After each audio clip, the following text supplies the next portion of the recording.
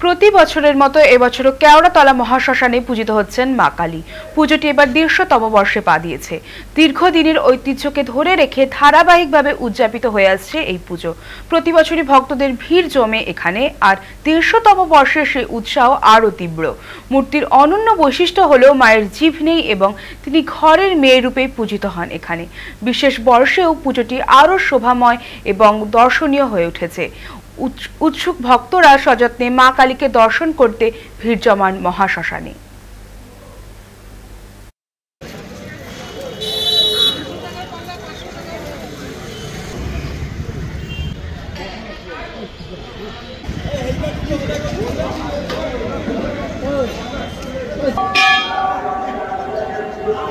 পুজো সাড়ম্বরেই তৈরি হয়, সবাই মাকে পুজো দেন, প্রচুর মানুষের সমাগম হয়, দূর দূরান্ত থেকে আসেন, সারা বাংলার মানুষ এখানে আসেন।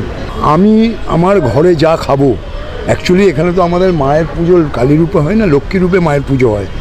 দেখছেন মায়ের দুটো হাত, তারপরে মায়ের জিভ নেই, সুতরাং এনাকে আমরা লক্ষ্মী রূপে পুজো করি বাড়ির মেয়ে হিসাবে।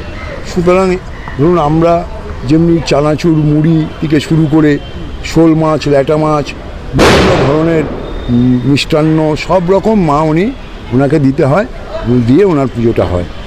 আর আমাদের এই পুজো যেদিন থেকে আমাদের এইখানে আমাদের দক্ষিণ কলকাতার মাননীয় সাংসদ শ্রীমতী মালা রায়, তার হাতে যেদিন থেকে পুজোটা এসছে, এই পুজোটা নিষ্ঠা এবং আচার ব্যবহারই পুজোটা হয়। আমরা আজকে দেখতে দেখতে প্রায় ১৫০ বছর হয়ে গেল আমাদের এই পুজো।